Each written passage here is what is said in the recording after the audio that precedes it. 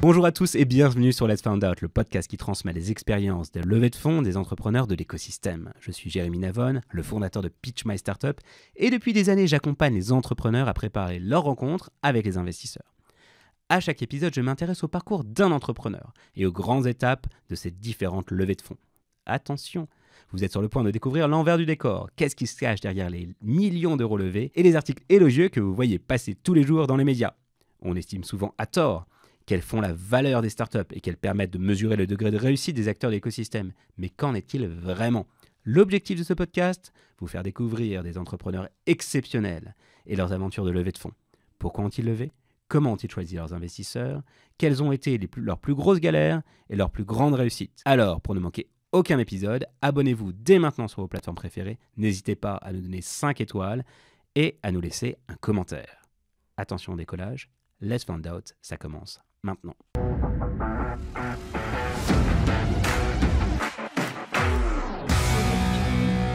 Bonjour Johan. Bonjour Jérémy. Johan, tu es le cofondateur de Lifeease, c'est une boîte que tu as cofondée fin 2015. Pour commencer, est-ce que tu peux me dire en 2-3 mots, c'est quoi Lifeease? Oui, bien sûr. Donc j'ai effectivement cofondé Lifeease fin 2015 avec mes 2 associés, puis maintenant on est 4, Timothée, Martial et Jonathan. En quelques mots, notre but, notre mission avec Lifeease, c'est de permettre à tous les citoyens, à toutes les entreprises d'être capables de sauver une vie face à une urgence et notamment face à un arrêt cardiaque. Concrètement, on a développé le premier défibrillateur qui a été conçu pour être déployable absolument partout. Donc dans les entreprises bien sûr et les lieux publics, mais aussi pour la première fois au domicile des particuliers, parce que c'est là où on peut sauver le plus de vies. Donc après, en gros, 5 ans de R&D, on a commercialisé Clark, donc ce défibrillateur qui est très très simple à utiliser, qui est fabriqué en France, qui est connecté pour être sûr qu'il fonctionne. On l'a commercialisé toute fin 2020, début 2021. En 2 ans, on a aujourd'hui plus de 10 000 clients. On a eu l'année dernière à peu près 20 vies qui ont été sauvées, d'une petite fille de 3 ans à une femme de 83 ans, des histoires assez incroyables qui font la raison pour laquelle on a créé la boîte. Donc au fur et à mesure de cette histoire de Lifeease et assez rapidement, pour développer de la tech, comme vous le faites, pour faire 5 ans de R&D, vous avez dû lever des fonds, vous avez dû lever de l'argent. Est-ce que tu peux rapidement nous refaire la chronologie des différentes levées de fonds que vous avez fait chez Lifeease? Oui, bien sûr. On a effectivement fait 2 tours de seed de pré-seed et seed entre 2017 et 2020. Et on a fait une série A à l'été 2021. Et donc voilà, aujourd'hui on en est. En termes de montant, pour bien dire, sur le côté pré-seed et seed, on a levé en tout 3 millions d'euros auprès de Business Angel. On a fait ensuite effet de levier avec des banques, avec la BPI. Ça a rajouté 1 million à peu près. Et à l'été 2021, on a fait une série A de 4 millions d'euros avec des fonds cette fois. Et on a fait pareil un effet de levier avec à peu près 3 millions de la BPI et de banques. Donc en tout, on a réuni 11 millions d'euros depuis le début de la boîte. Ok, 11 millions d'euros depuis fin 2015. Depuis ouais, 2017. Exactement. Alors du coup, pourquoi tu as levé? On comprend bien, on imagine bien que pour créer un défibrillateur connecté, on a besoin d'argent pour avoir une équipe importante. Vous êtes combien aujourd'hui chez Lifeease? Aujourd'hui, on est une petite 50aine. Ok, donc c'est des salaires à payer, forcément vous avez besoin d'argent. Pourquoi vous avez levé des fonds au tout début? C'était quoi la logique? Alors, pas au tout début, parce que du coup on a créé la boîte fin 2015 et le premier tour ça a été en mars 2017, donc on s'est quand même débrouillé pendant plus d'1 an et demi, on va dire comme ça. Pourquoi est-ce qu'on a levé des fonds? Alors c'est peut-être pas la même réponse que pour toutes les boîtes, mais dans notre cas, on fait un produit hardware médical avec de la grosse R&D, avec des certifications qui prend du temps. Donc quoi qu'il arrive, au début on fait avec les moyens du bord, mais on a besoin de fonds pour faire des prototypes, pour faire des tests, pour faire les certifications, pour survivre et puis avoir aussi l'équipe qu'il faut. On fait un produit qui est quand même ultra complexe avec du hardware, de l'électronique, de la mécanique, du logiciel embarqué, des algorithmes cardiaques, bon pas mal de choses. Donc pendant assez longtemps, notre équipe, c'était à 90% de la R&D, de la production, de l'innovation, quoi. Et puis là, depuis qu'on commercialise, on a rajouté vraiment une brique marketing et commerciale pour nourrir la croissance.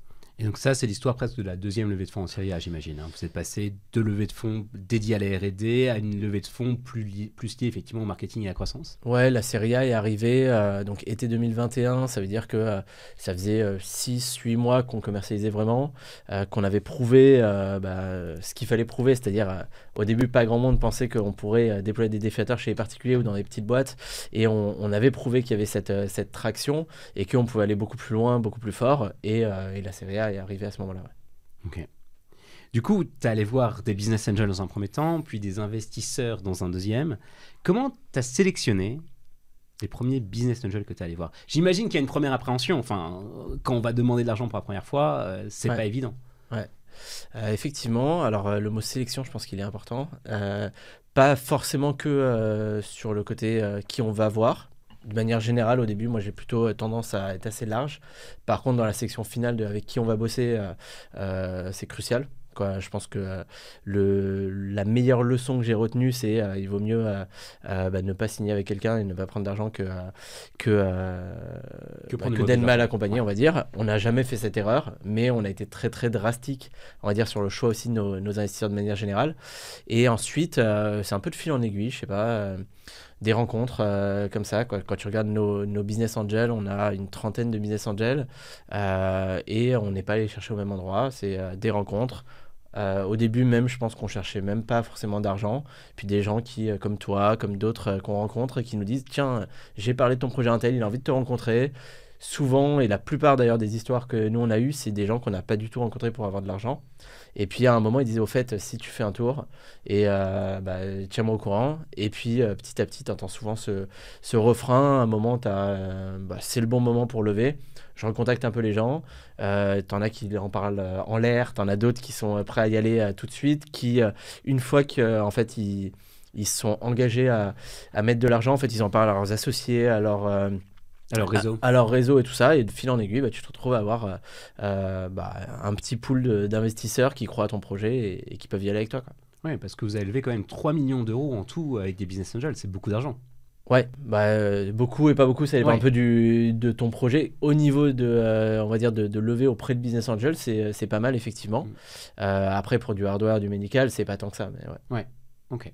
Enfin, ça fait un ticket moyen de 100 000 euros, quoi. Enfin, si on fait le calcul rapidement. Quoi. Ouais, c'est ça. Je pense qu'au début, tu avais des business angels, je pense les plus petits de 30 000 et les plus gros, quelques centaines. Ok. Et c'est quoi le profil TIC du business angel que tu as? Parce que c'est intéressant, souvent, les gens me disent « Ok, j'ai rencontré un avocat, un expert comptable qui veut mettre de l'argent chez moi, je suis pas sûr. » Vous, voilà, comment vous avez fait, non seulement qui vous avez rencontré, mais quand vous avez fait le tri, est-ce que vous êtes allé voir des réseaux de BA? Pas forcément, de ce que je comprends. Ouais.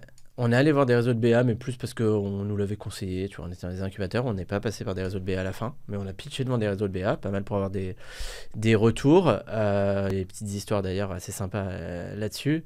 On est preneurs. Hein. Ouais, je sais pas, notre premier réseau de BA on arrive, on pitch et t'as un des BA de l'assemblée qui arrive, je sais pas, une demi-heure après le début du pitch et qui nous dit c'est trop bien ce que vous faites, par contre est-ce que vous voudriez pas plutôt faire une lampe connectée pour le bien-être au lieu de faire un défibrillateur? Tu as des trucs comme ça. On a eu aussi Ils avaient tout compris. Ouais, exactement. En gros, notre projet il peut faire un peu peur quand même. Il y a de la vraie R&D, t'es sur un produit qui sauve des vies, donc avec certains risques, du médical, toucher du mass market. Donc souvent quand même le réflexe d'un investisseur, c'est d'essayer de te faire prendre les raccourcis, mais ce qui n'est pas forcément la bonne solution sur le long terme, quoi. Ouais, c'est d'aller sur quelque chose de plus simple, même techniquement, technologiquement, qui peut se vendre plus rapidement de façon à maximiser. Bien sûr. Tu vois, la question qu'on nous posait de base, c'est pourquoi vous produisez votre propre défibrillateur et vous achetez pas juste un autre défibrillateur. Et en vrai, c'est pas bête comme question, juste tu construis pas la même boîte et tu casses pas ce qui existe aujourd'hui et tu changes pas les choses quand tu fais ça. Mais tu vois, c'était intéressant, c'était des conseils qu'on avait généralement qui à un moment nous ont servi. Mais bon, pour revenir à ta question, alors déjà de base sur le côté business angel, tu vois, tu parlais un peu d'avocats, de gens dont c'est pas forcément le métier à la base d'investir. Moi, mon réflexe sur ça, c'est de plutôt les décourager. de leur dire attention, vous n'allez pas gagner d'argent, vous risquez de tout perdre et tout ça. Déjà, ça fait un tri pour éviter le côté je mets de l'argent parce que je crois à ton idée et je vais devenir millionnaire. Je préfère avoir des gens qui sont un peu alignés avec le risque que nous on prend et qu'ils le comprennent. Et effectivement, même en faisant ça, il y en a qui à la fin veulent te suivre. Tu vois. On a eu quelques médecins, cardiologues et tout ça qui nous ont suivis, même en les décourageant parce qu'ils y croient, parce qu'ils croient à la mission, ils pensent que ça va dans le sens de l'histoire et que non seulement on va sauver des vies, mais qu'il y a un business immense, ce qui est un peu l'ADN de notre boîte. C'est aligner le business et l'impact, les deux étant intimement liés, on n'est pas une asso, et donc il y a un gros potentiel. Et après, par contre, tu as les business angels. Le cas le plus classique qu'on a chez nous, c'est des business angels qui sont des anciens entrepreneurs, qui savent ce que c'est, qui ont eu la chance et le succès derrière dans leur boîte, et qui se disent qu'on est quand même une aventure un petit peu hors du commun, on va dire, dans ce qu'on peut trouver de manière générale dans le paysage des startups, et qu'on peut aussi faire un énorme business avec un énorme impact. Alors, j'allais te poser la question sur les médecins, parce que ça paraît évident. Est-ce que tu as des médecins qui sont aujourd'hui des business angels chez toi et qui te conseillent encore aujourd'hui, ou qui t'ont vraiment eu un impact important sur ton business à un certain moment? Voilà, faut relativiser. Disons que on a des médecins et des cardiologues qui nous ont accompagnés, qui nous ont donné des bons conseils, qu'on sollicite de temps en temps. Voilà. Après, on n'a pas créé, quand on vient, nous, de l'industrie cardiaque, la technologie, c'est quand même plus poussé que juste un conseil d'un médecin. Par contre, ça te donne un crédit, ça te donne une légitimité, et c'est des avis qui sont intéressants. Par contre, j'ai refusé beaucoup de business angels médecins, parce que c'est aussi l'argent de leur vie, que je pense qu'ils sont pas conscients pour beaucoup de ce que c'est qu'une vraie start-up. Et par contre, on en a 3-4 qui sont rentrés au capital. Mais je les ai découragés beaucoup avant qu'ils reviennent, tu vois. Tu leur as lu encore et encore, leur as lu encore et encore les petites clauses. Ouais, et puis c'est un peu là, quoi. Je trouve que c'est mon rôle aussi, si tu veux éviter des alignements à terme, de leur dire qu'il y a des risques. C'est un peu l'inverse de quand tu parles à des fonds après, quoi. Les fonds, ils connaissent le risque, ton but c'est de leur montrer le potentiel. Les business angels qui n'ont pas l'habitude, je pense que ton objectif c'est de leur expliquer qu'il y a un risque. Et il y a un potentiel, mais il y a un risque. Tu vois. C'est intéressant, cette différence de communication... presque inverse entre les business angels, en tout cas celle que tu as avec les business angels et celle que tu as eu dans un même temps avec les fonds, quoi. Ouais, après je pense que ça dépend aussi de ta vie, de ton réseau, de ta famille, mais moi je sais que si j'en avais parlé à ma famille, il y en a plein qui auraient voulu investir, mais parce que tu as un peu ce mythe de, et tu en as parlé un petit peu en intro, mais de la startup qui réussit, tout le monde devient millionnaire, et je sais ce que c'est aussi la vraie vie pour tout le monde, et l'argent que ça représente, et pour des gens, on va dire lambda, mon but, c'est pas qu'ils investissent parce qu'ils croient qu'ils vont devenir millionnaires. Si ça marche, c'est génial, mais faut qu'ils sachent qu'il y a un risque. Et pour 99% des gens, c'est pas la bonne solution de mettre de l'argent dans une startup. Tu vois. C'est de loin ce qu'il y a de plus risqué. Ouais. Du coup, quels sont les éléments clés que tu as mis en avant? Donc, au-delà de toutes les réserves que tu as mis en avant pour les business angels, les éléments clés que tu as mis en avant pour convaincre les investisseurs que tu voulais vraiment avoir? Je pense que c'est comme chercher des associés, c'est comme recruter, je les ai embarqués dans la mission, dans la vision qu'on avait avec la boîte. Et à partir du moment où ils sont autant embarqués que nous, où ils comprennent, tu vois, j'ai fait la même chose avec mes associés quand ils nous ont rejoints. On n'a pas fait une boîte où au bout de 2 ans, tu as un cash out et tu sais que, voilà, on sait qu'on est parti sur une aventure qui va être longue, mais qui a une ambition gigantesque.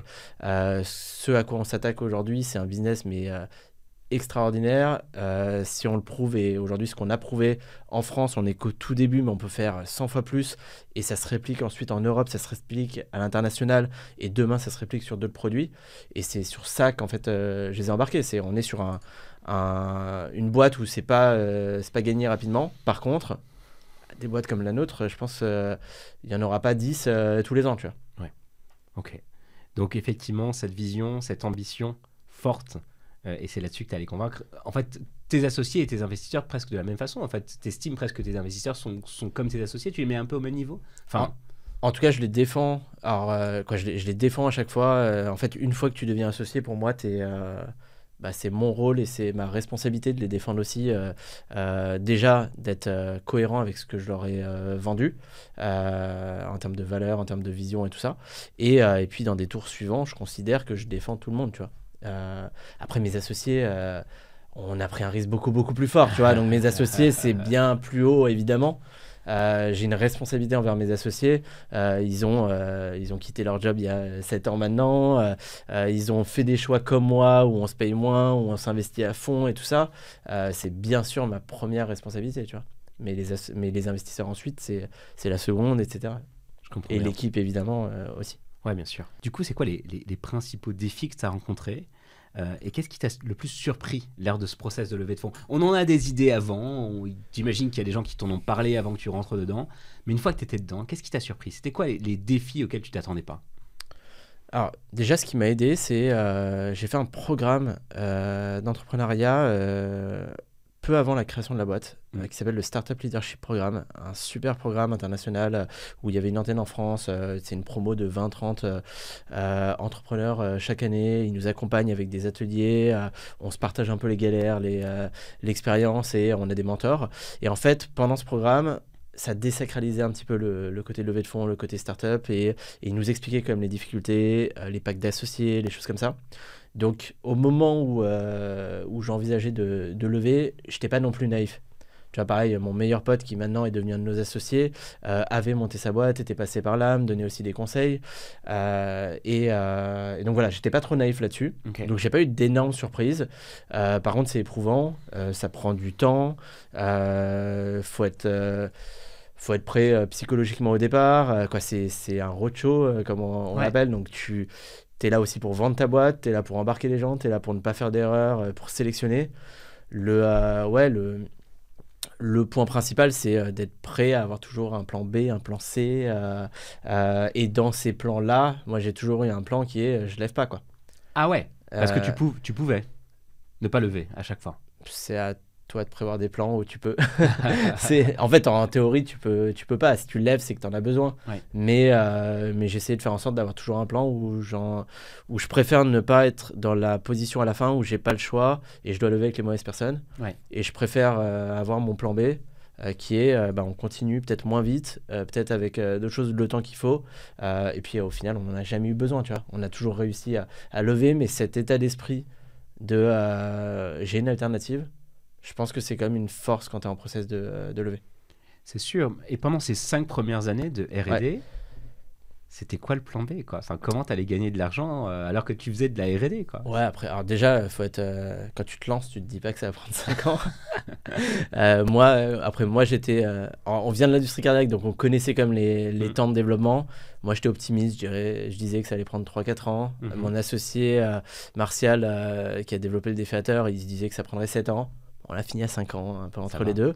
Et après, juste on était déterminés à être résilients et à y aller. Donc, il y avait le côté financement, mais on a aussi, tu vois, on a sorti une brique formation, sensibilisation, qui est venue d'ailleurs enrichir notre offre et qui aujourd'hui est une de nos grosses différenciations. Et on a commencé à faire du chiffre uniquement avec ça.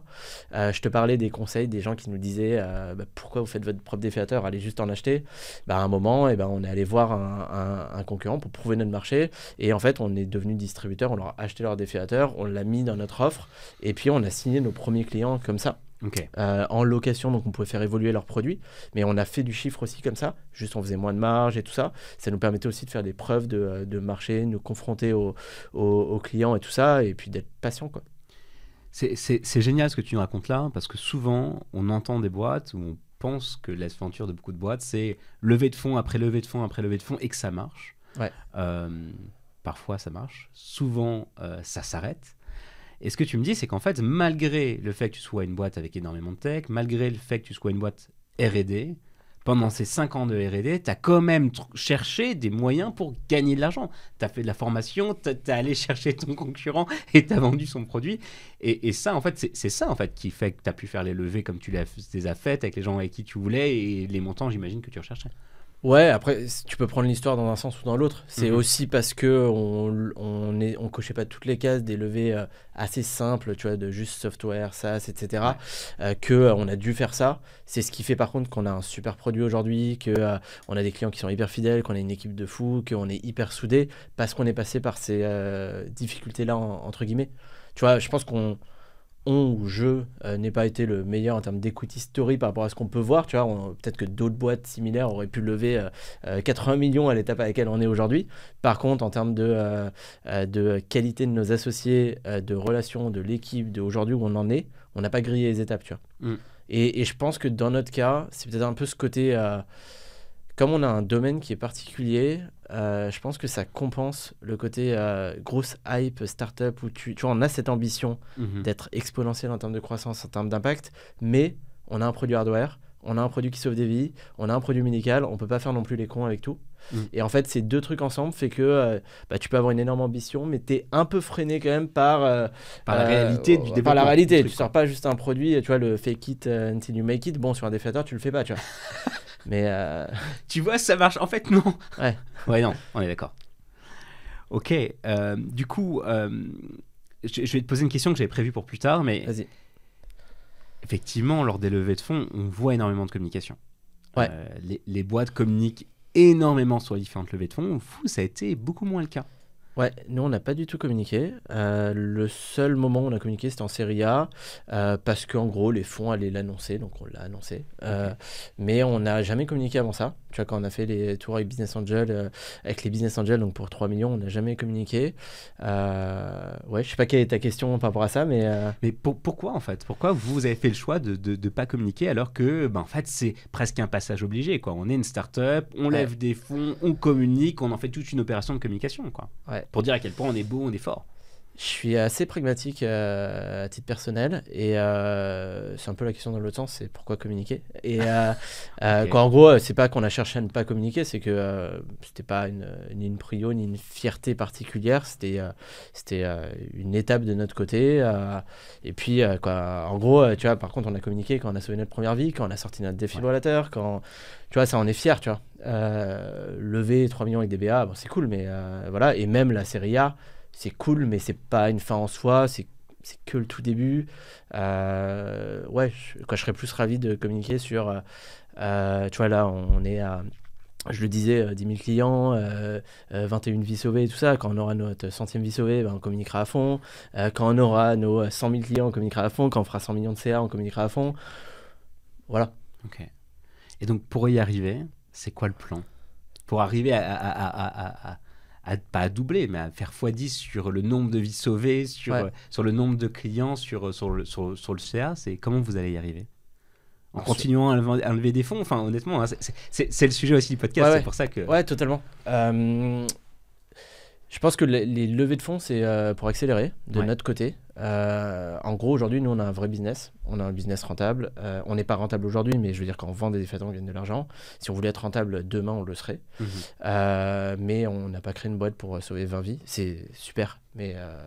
c'est super, c'est même extraordinaire, tu vois.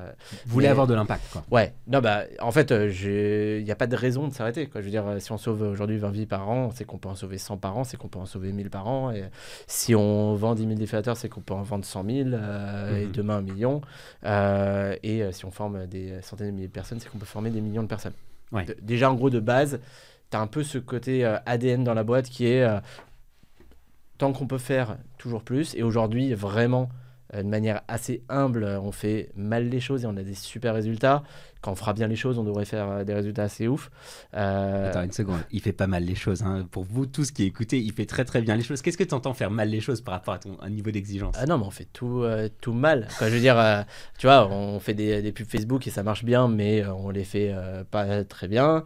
On fait très peu de SEO aujourd'hui. Okay. On a des clients qui adorent la marque, qui parlent de nous et on n'a même pas de problème de parrainage.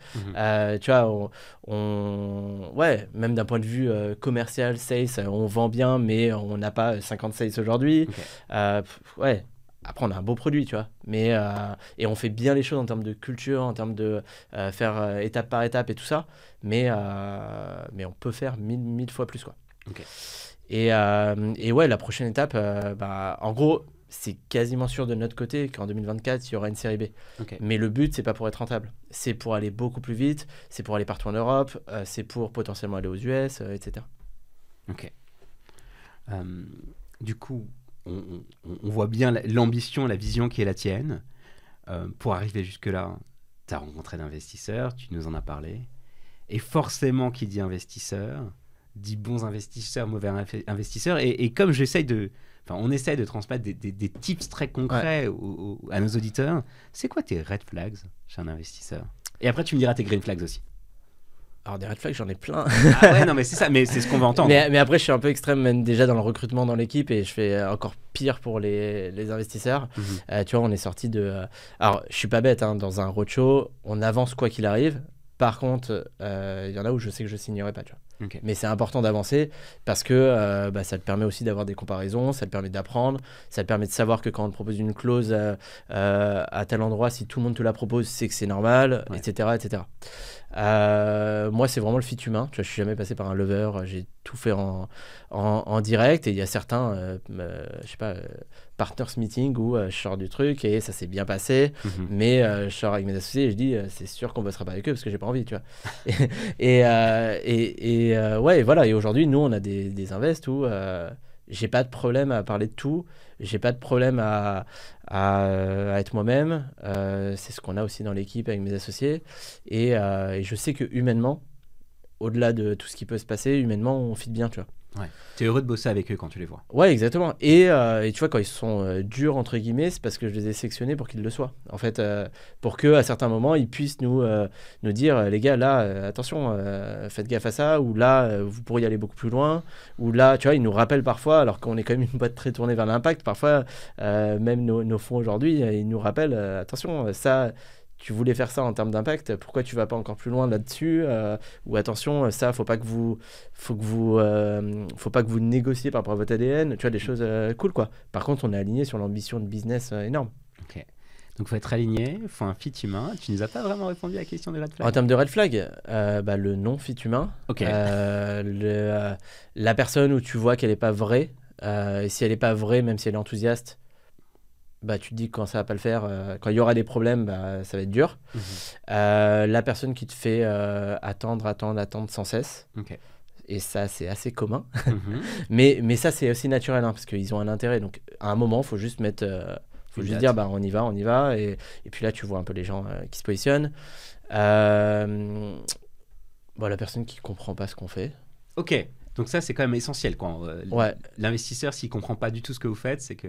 Quand je dis comprend pas, on a un produit qui est simple. Hein. Okay. Mais il comprend pas la vision. Tu vois, il y a eu plein d'investisseurs où s'ils investissaient chez nous, ça aurait pas été pour la bonne raison. C'est-à-dire qu'ils ont vu qu'il y avait des géants qui vendaient à des boîtes et à des communes et ils se disaient, on va faire un meilleur produit français et peut-être moins cher. Donc, c'est trop cool, vous pourrez aller là-dessus. Mais en fait, nous, on a créé la boîte pour faire le mass market, les particuliers, les petites boîtes. On vend aussi aux communes et aux grandes boîtes parce qu'il s'avère qu'on a un super produit. Mais la vision, et elle doit être très claire, c'est que notre but, c'est d'avoir des déflecteurs absolument partout, au domicile, dans les immeubles, dans tous les commerces, dans toutes les petites boîtes et de former tout le monde. Si tu investis pour juste remplacer tous les déflecteurs dans les communes, en fait, c'est pas qu'on n'a pas un fit humain, c'est... On n'est pas aligné en termes de vision. Ouais, exactement. Okay. Donc ça, très important. Peut-être que tu peux nous raconter ton meilleur ou ton pire rendez-vous investisseur. C'est pas facile comme question. Ouais, je crois que je te l'avais dit en intro, en off, mais moi je retiens pas trop les points négatifs, les moments négatifs. C'est juste dans ma personnalité, quand je suis amnésique sur. Je suis comme toi. Sur les moments négatifs. Ce mec-là, attends, je l'aime pas, mais je sais plus pourquoi. En fait, je retiens pas j'aime pas, tu vois. Je sais qu'il y a des... Ouais. Même quand je te parlais du fit humain, il y a des contextes, il y a des... C'est juste que, en fait, tu vois, comme dans un process de recrutement, quand tu as un petit red flag où tu dis, il y a peut-être un doute, c'est un peu pareil sur le côté investisseur, c'est si j'ai un doute, j'y vais pas. Mais ça veut pas dire qu'il y a si ça se trouve, on prendra un verre, on rigolerait et tout ça, quoi. Mais ouais, des petits trucs marrants... On a eu un fonds, c'était un peu au début, hein. D'ailleurs on n'avait pas levé avec des fonds, on avait levé avec des BA à la fin, mais on avait un fonds qui voulait investir, qui était très justement hardware médical et qui faisait beaucoup l'expert, tu vois, donc il nous challengeait alors qu'on était quand même pas mal dans le sujet, et puis à un moment assez rigolo, il regarde la carte électronique et puis il nous dit mais est-ce que vous pouvez, comme notre défaiteur est connecté, il me dit ok mais quand vous parlez de serveur, est-ce que vous pouvez me dire sur la carte c'est quoi le composant, le serveur? Et en fait, c'est pas le cas, tu vois. Un serveur, c'est dans le cloud et tout ça. D'accord. Donc, du coup, juste à ce moment-là, on était en mode ah ouais. En fait, on pensait qu'ils allaient beaucoup nous aider sur le côté hardware et tout ça. Et en fait, c'est pas trop le cas. Donc, ça, c'est une petite anecdote marrante. Et puis, on a eu aussi le côté, je crois que je t'ai déjà dit, bon, un nombre d'investisseurs qui, au début, croient pas que tu peux sortir un produit, croient pas que qu'un défaiteur chez les particuliers, ça va le faire, un défibrilleur, qu'en gros, tu vois, le réflexe de base, c'est dans ce cas-là, les gérants, ils vont faire la même chose, ce qui est ce que tu peux appliquer à absolument toutes les boîtes. Mais voilà, mais moi, je trouve que ce côté-là, je suis assez compétiteur et assez fier, et fier en mode fierté personnelle, tu vois. Et ce côté-là, ça me challenge plus qu'autre chose, tu vois. C'est les meilleurs conseils qu'on a eus ou les meilleurs feedbacks qu'on a eus, c'est des gens qui te disent non pour des raisons un peu dures. Comme quoi? Alors du coup, c'était ma question d'après, le meilleur conseil qu'on t'a donné. Je pense un conseil game changer qu'on a eu, c'était ce que je te disais mais pourquoi vous achetez pas un autre défiateur pour le vendre? Et en vrai, pendant longtemps, on a dit mais t'es con quoi, tu comprends pas ce qu'on a envie de faire. Et après un moment, quand tu vois ça dure, le fait de développer ton produit, et ben en fait à un moment je me suis dit bah pourquoi pas en fait. Pourquoi pas, on a envie de prouver, voilà l'histoire qu'on a envie de prouver, tu vois, dans le fake it until you make it. On a envie de prouver que nous, on va faire la différence et on va réussir à signer des clients avec notre offre globale, avec la sensibilisation, avec la maintenance, avec tout ça. Et en fait, je suis allé voir un des leaders qui a une boîte à plusieurs centaines de millions, voire milliards, en lui disant, on serait prêt à acheter vos défiateurs pour nous les revendre et tout ça. Et ça a fait la diff à ce moment-là, je pense. Je pense que si on n'avait rien fait, qu'on avait juste attendu 2 ans, quand on est allé voir à un moment les fonds ou les BA, ils ont vu qu'on avait vraiment fait des choses, qu'on avait du chiffre, que ce qu'on disait, on pouvait le prouver. Tu vois, on a signé avec un autre défiateur. En attendant, on a signé H&M, CA, Célio, des beaux comptes, tu vois. Et donc ça, c'était un super feedback. Oui, ça montrait aussi que vous étiez des vrais entrepreneurs, quoi. Vous étiez prêts à faire ce qu'il faut pour y arriver, pour avancer. Ouais, et puis tu as aussi le côté, au début, tu es naïf. Tu vois, notre mission, c'est de rendre le défiateur accessible à tout le monde, et on s'est focalisé sur les particuliers parce que c'est là où on aura le plus d'impact, on le sait. Mais au début, on se disait, du coup, on fera pas les entreprises. Et en fait, on a eu quand même beaucoup de retours de mais pourquoi vous faites pas les entreprises? Notamment parce que les fonds, ils veulent investir dans du B2B, tu vois, pas dans du B2C. Et en vrai, à un moment, on a testé une offre pour les entreprises, ça a hyper bien pris. Et du coup, on a les 2 offres. Ça nous permet d'aller plus loin. C'est pas antinomique avec ce qu'on veut faire. Tu vois, il s'avère que notre entreprise qui signe le mieux, c'est les petites boîtes où, en vrai, le dirigeant, c'est quasiment comme un particulier, tu vois. Quand le B2 startup ou le B2B ou le B2C, c'est quasiment la même chose. Ouais, tu vois, quand tu signes une boulangerie, le gars, c'est pareil, quoi. Tu vois, quand tu signes un cabinet médical, un cabinet d'avocats, une agence immobilière, ils ont un employé ou 2, voire 0, une salle de sport, tu vois. Et de notre côté, en fait, c'est le mass market. C'est et c'est totalement cohérent avec notre approche, tu vois. Donc ouais, ça nous a aidé à bien progresser, à nous remettre en question et tout, quoi. Ouais, ça a pas changé l'ADN de la boîte ni la roadmap au sens large.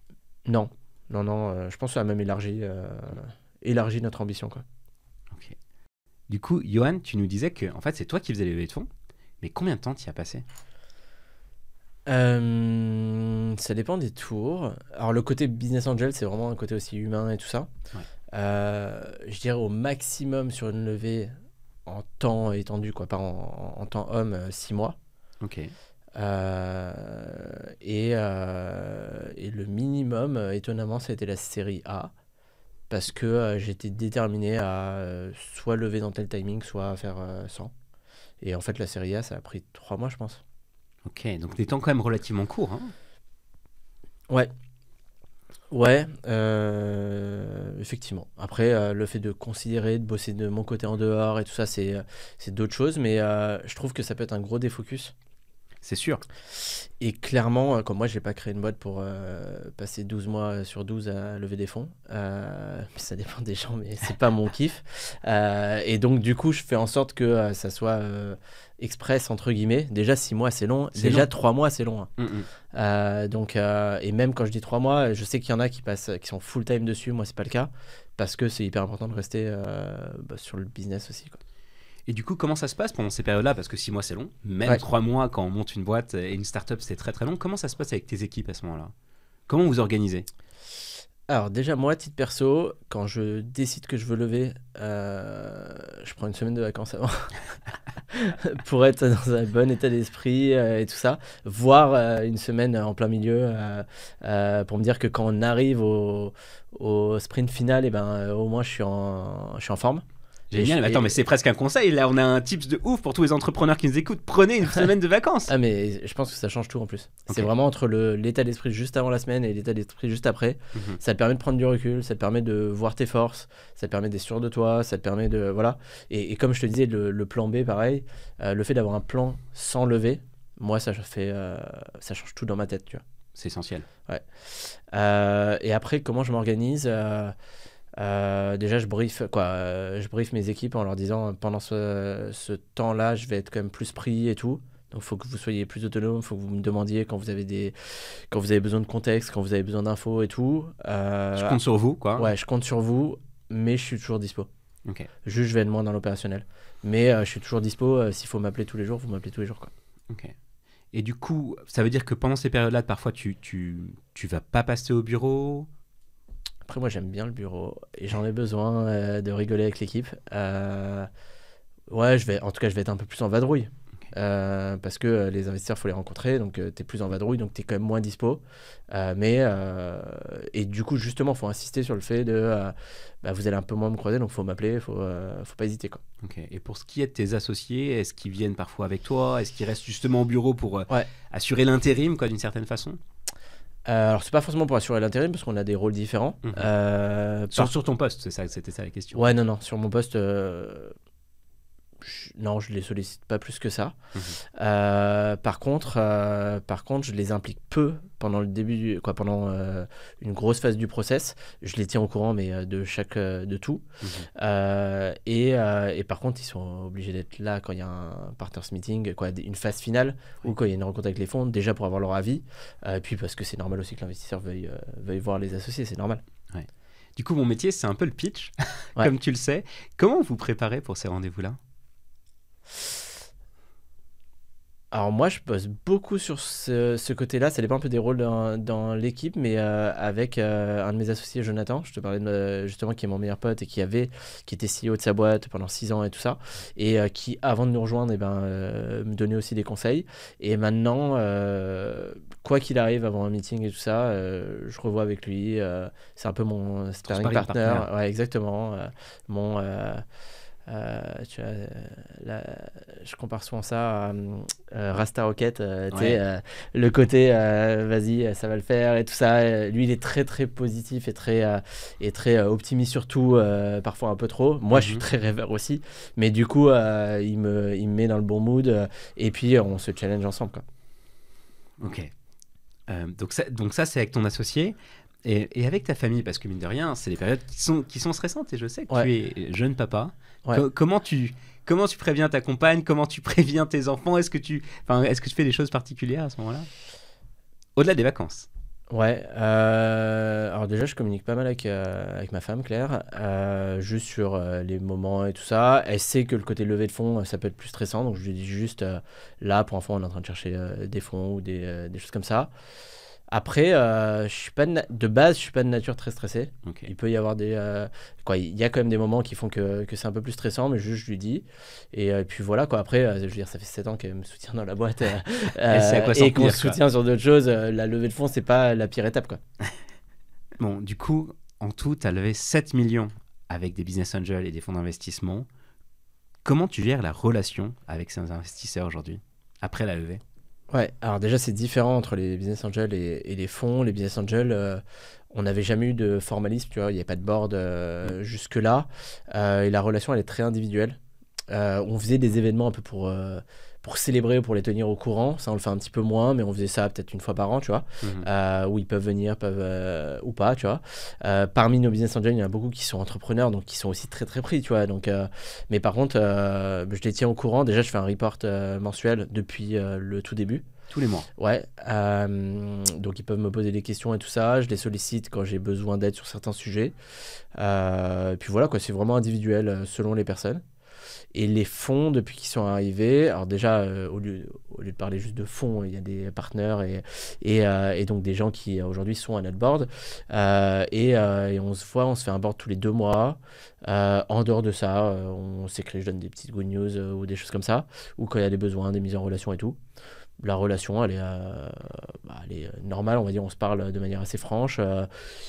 Le fait qu'il y a un rendez-vous tous les 2 mois, ça nous oblige aussi à nous préparer de notre côté, à vraiment tout suivre de manière beaucoup plus poussée, à mettre des sujets aussi où chacun va contribuer, va nous aider à passer un cap. Et voilà, quoi. Pas de, après, pour l'instant, on n'a jamais eu de problème avec les fonds, donc je n'ai pas de gros enseignements à te donner là-dessus, mais voilà.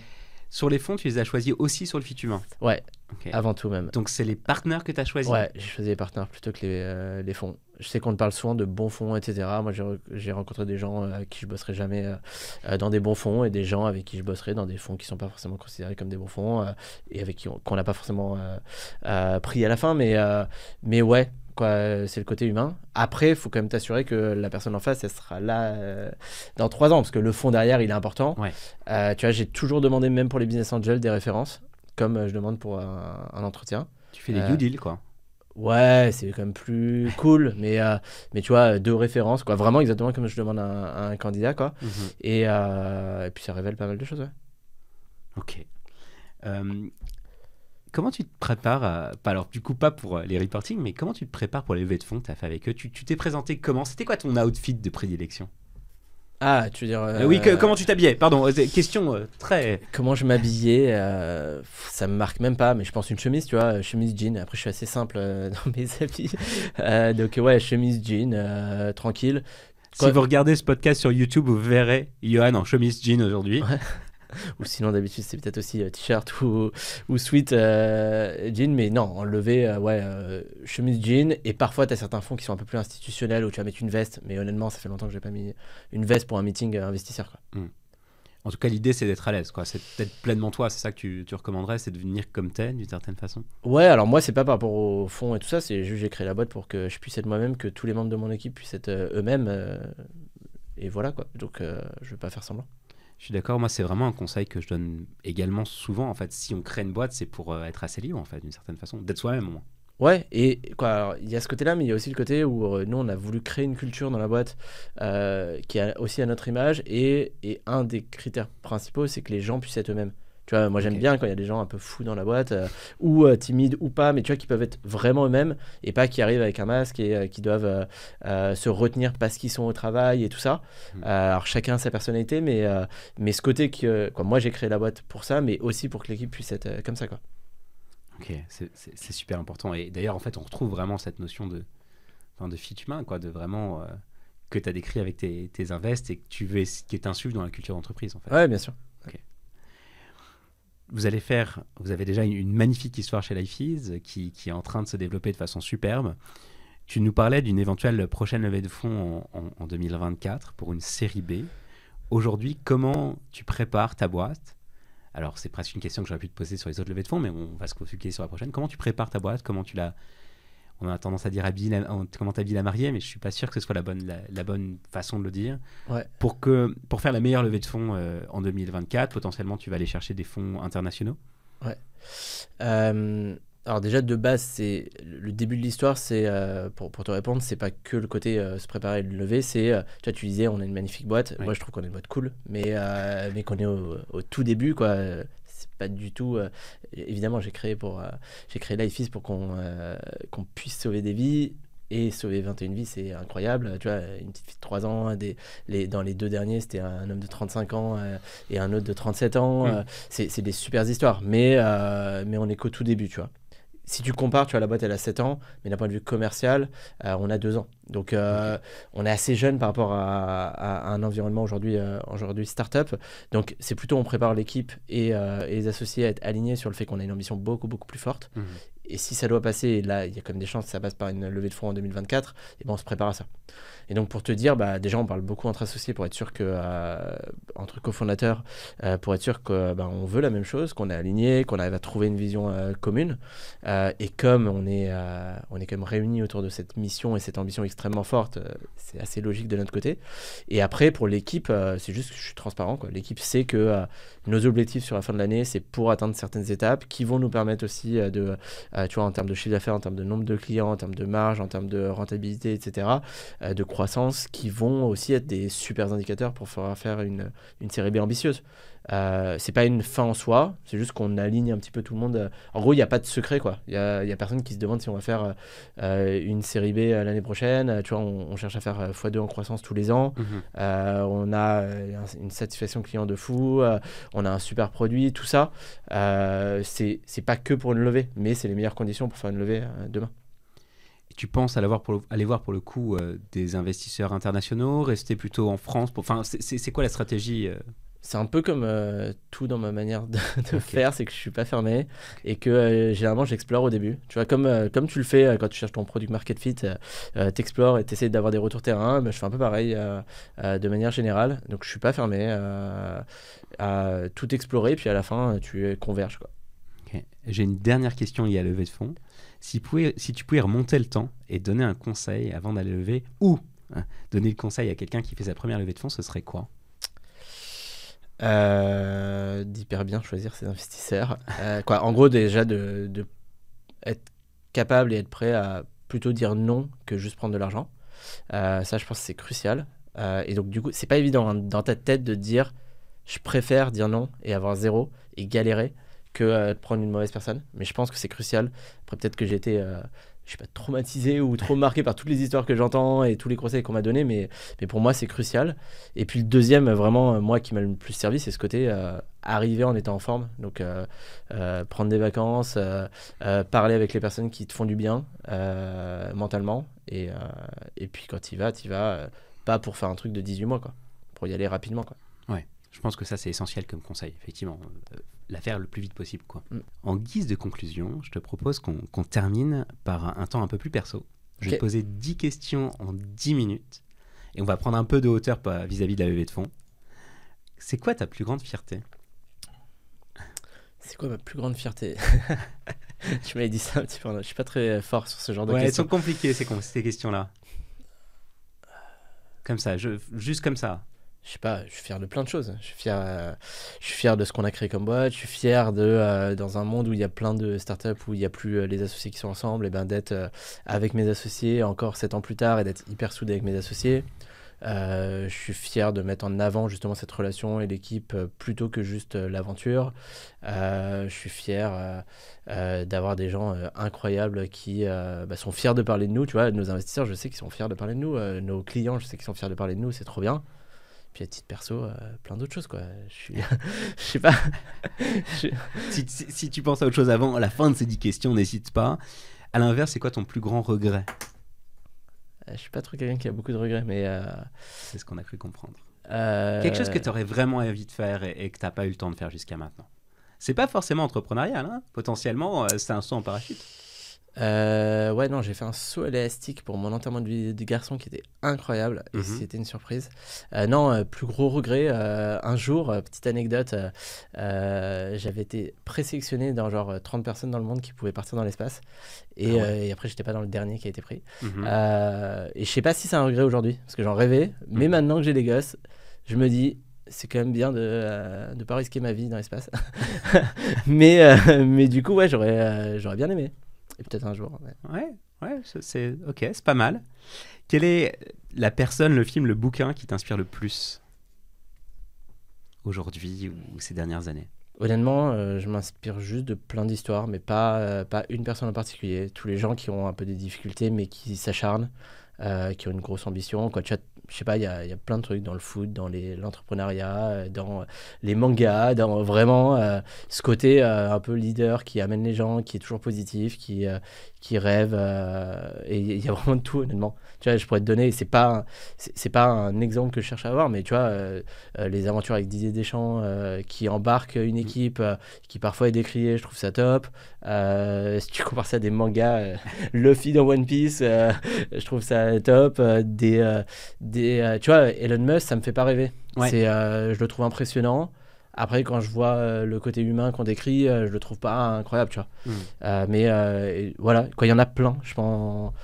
Ouais, c'est pas une personne en particulier, je suis pas un fanatique. Par Et contre, c'est important pour toi de t'inspirer comme ça au quotidien de gens, de contenus, je trouve en fait que l'inspiration, ça t'enlève un peu tes œillères pour découvrir des choses incroyables. Tu vois, moi j'ai étudié au Japon pendant 2 ans. Quand j'étais jeune, entre 2010 et 2012, pendant Fukushima et tout ça. Wow.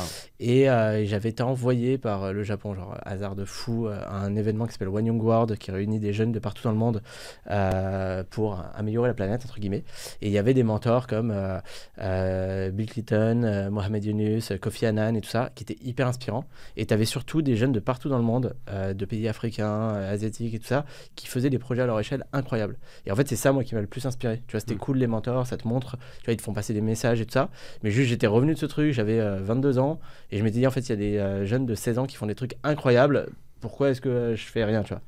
Donc, c'est plutôt ce côté, c'est plutôt ce côté inspiration il y a toujours bien meilleur que toi, et il y a des gens qui perdent pas de temps, qui ont un impact de fou, et pourquoi... Et toi, tu fais quoi pendant ce temps-là, quoi? Ouais, exactement. Du coup, tu fais quoi pendant ce temps-là? C'est quoi ta journée type? J'ai plein de journées différentes, mais je passe beaucoup de temps avec l'équipe. Parfois Attends, viens, on commence le matin. Le réveil, c'est à quelle heure? Le réveil, c'est à quelle heure? Vers 7h, 7h15. Je me réveille, je me douche. J'amène mes enfants à l'école. Donc j'ai un fils de 3 ans et demi donc, qui va à l'école là, depuis cette année à Adam. Et ma fille Ellie, que j'amène chez l'assistante maternelle. Ensuite, chemin métro pour aller au boulot. Dans le métro, je lis ou alors je commence déjà la journée sur Slack ou mes mails. Après, j'arrive. Je sais pas, je dis bonjour à l'équipe. Enchaînement de meeting ou pas, des petits moments détente avec l'équipe, le petit stéréotype de baby-foot ou, ou des choses comme ça. Vous prenez le temps, vous le faites ce baby-foot? Alors avant, je le faisais beaucoup plus, j'étais un peu un acharné, là un petit peu moins, mais voilà. Et tu vois, on se fait une fois par semaine avec l'équipe, on se fait un foot le mardi soir. Là, ce matin, le jeudi, je fais un tennis avec un de mes anciens employés, PA, extraordinaire, qui a fait la carte électronique de notre défibrillateur, qui arrive en stage, puis un des premiers employés, qui est parti au bout de 6 ans.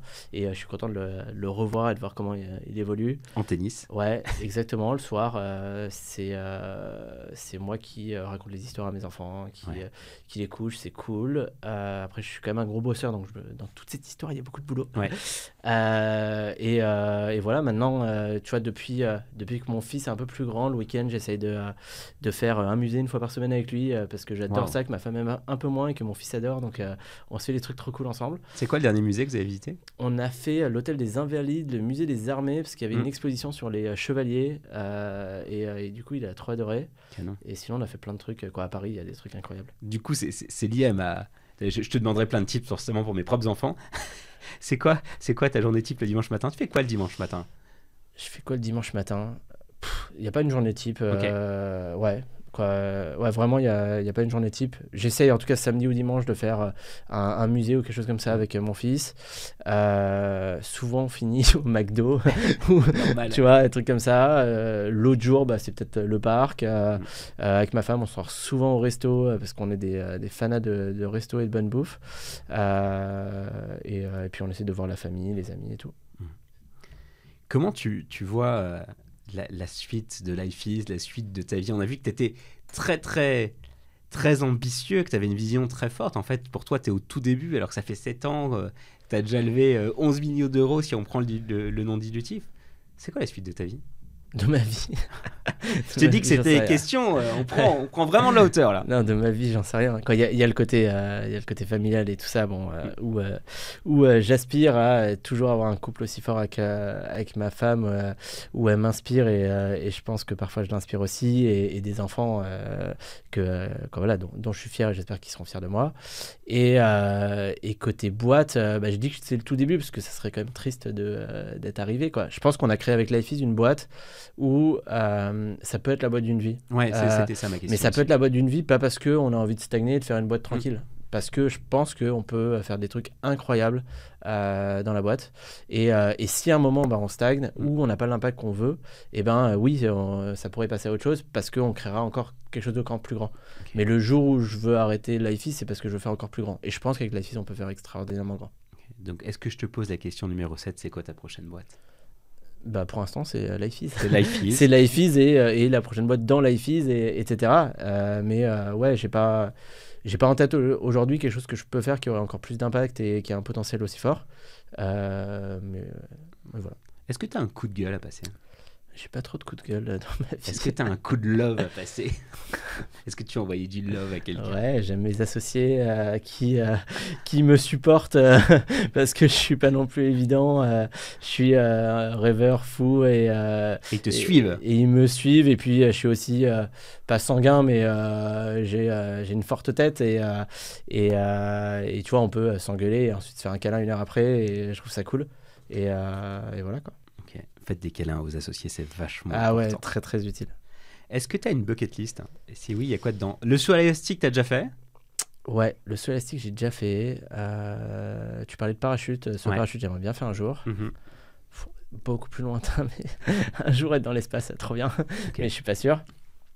Sinon, j'adore voyager, donc plein de pays dans le monde que j'ai envie de faire. J'en ai déjà fait beaucoup, mais voilà. Et sinon, pas une bucket list en particulier. Okay. Profiter de la vie, quoi. Ouais, c'est important. Si tu devais changer le monde, ça revient un peu à l'événement que tu nous as décrit à l'âge de 22 ans. Tu as rencontré des gens de partout dans le monde qui changeaient le monde. Tu changes le monde aujourd'hui, tu commences. Tu es au tout début. Si tu devais changer le monde, tu ferais quoi ? Je sais pas, c'est plutôt des domaines qui m'intéressent, okay. qui peuvent changer le monde. Tu vois, dans la santé, dans l'éducation, je pense qu'il y a beaucoup à faire. Dans la paix sociale, je pense que là, il y a énormément à faire. Et c'est un peu mon rêve un jour, mais je sais pas trop comment. Mais tu vois, j'ai l'impression que même avec Life is, c'est pour ça que je te dis qu'il y a un potentiel infini, c'est qu'en sensibilisant tout le monde aux gestes qui sauvent, en déployant des déflecteurs partout, déjà, tu as ce paradigme de tu te balades dans la rue et tu dis n'importe qui autour de toi, quel que soit son niveau social, etc., tous les conflits qu'il pourrait y avoir, c'est quelqu'un qui peut te sauver la vie. Et en fait, si on arrive à faire passer ce message à toute la Terre, déjà, je pense que ça peut aider. Mais ouais, je sais pas, il y a tellement de choses à faire. C'est pour ça que tu parles de coup de gueule, j'en ai peut-être un. Moi, je comprends pas qu'il y ait autant d'entrepreneurs incroyables, autant de levées de fonds, autant de licornes, autant de fonds, et qu'il y ait si peu de projets qui changent le monde. Alors, en tout cas, qu'il y ait de l'ambition de changer le monde. C'est très cool de faire des livraisons de repas plus rapides, des logiciels de compta, de tickets resto, de tout trop bien. Moi, je trouve ça un peu dommage que les entrepreneurs à succès, ils attendent d'avoir 50 ans et d'être milliardaires pour commencer à faire quelque chose qui peut avoir de l'impact, parce qu'il y a tellement de sujets. Et perso, j'en ferai 1 sur 1000 ou 1 sur 1 million.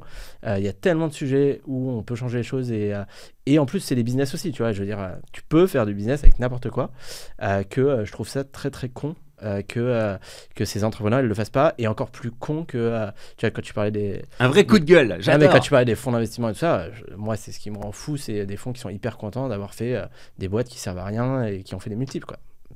C'est débile. Je pense que quand ils auront, tu vois, 10 ans plus tard, c'est les mêmes personnes qui vont venir toquer à nos portes pour essayer de trouver du sens dans leur vie, quoi. Et c'est dommage. Faites-le au départ, quoi. On est d'accord, faites-le au départ. Je trouve que c'est un super message pour terminer ce podcast ensemble. Merci beaucoup, Johan, d'avoir accepté cette invitation. Vraiment ravi d'avoir passé ce temps en ta compagnie. Merci pour tous les tips extrêmement actionnables que tu nous as partagés, ces conseils exceptionnel, vraiment. Non, mais c'est vrai. En vrai, on reste des êtres sociaux, on reste des êtres humains, et c'est ça que vous devez aller chercher, même dans les levées de fonds qui sont les vôtres, et surtout le message de fin, quoi. Ayez de l'impact, quoi. Ayez de l'impact dans votre vie et de l'impact dans la vie des autres, et ça donne du sens à tout, et à l'investissement également.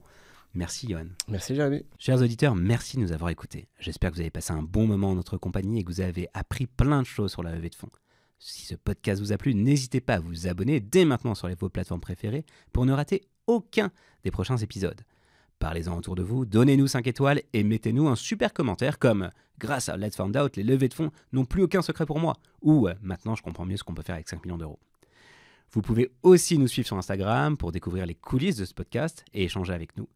Alors, à très bientôt sur Let's Found Out.